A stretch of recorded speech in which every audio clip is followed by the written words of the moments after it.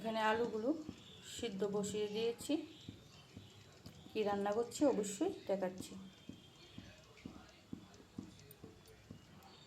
কড়াই গরম হয়ে গেছে, দিয়ে দেব সরিষার তেল।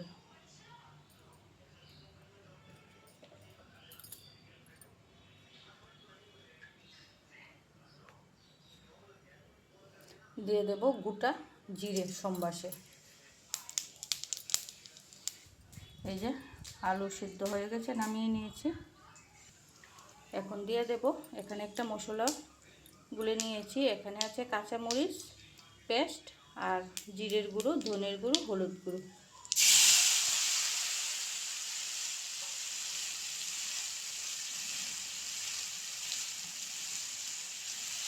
বাটিটা ভালো করে দিয়ে দেবো।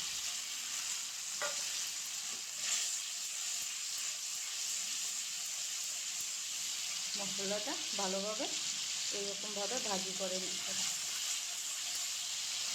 যাতে মশলা থেকে কাঁচা গন্ধটা না বের হয়।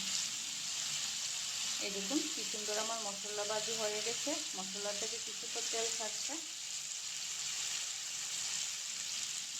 এখন দিয়ে দেব আলুগুলো।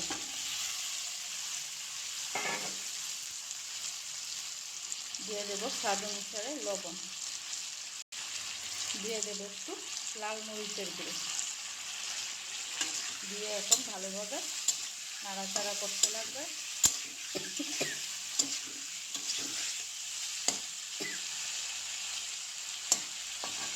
এটা বানাচ্ছি আলুর দম।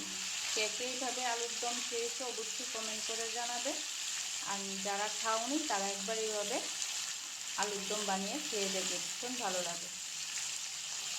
আলুগুলো ভালোভাবে ভাজি করতে হবে, তারপর এইভাবে আর ঠান্ডা করেও দিতে লাগবে।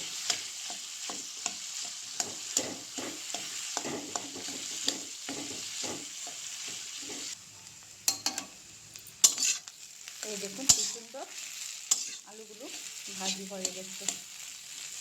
এই পর্যায়ে এরকমভাবে ভাজি করে আর ভাজতে হবে না। দিয়ে দেবো জল।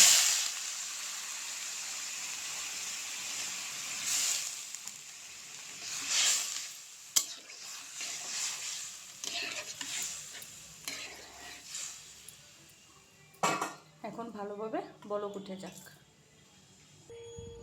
এই যে কি সুন্দর নামিয়ে নিলাম। এই দেখুন আলুর দম রেডি। গরম গরম ভাত দিয়ে খেতেও ভালো লাগবে, আবার রুটি পোয়ারুটির সাথেও খেতে ভালো লাগবে। আমার তরকারিটা কীরকম লাগলো অবশ্যই কমেন্ট করে জানাবে। ভালো লাগলে লাইক কমেন্ট শেয়ার করে দেবে। আর এরকম ভিডিও দেখতে চাইলে অবশ্যই ফলো করে রাখবে।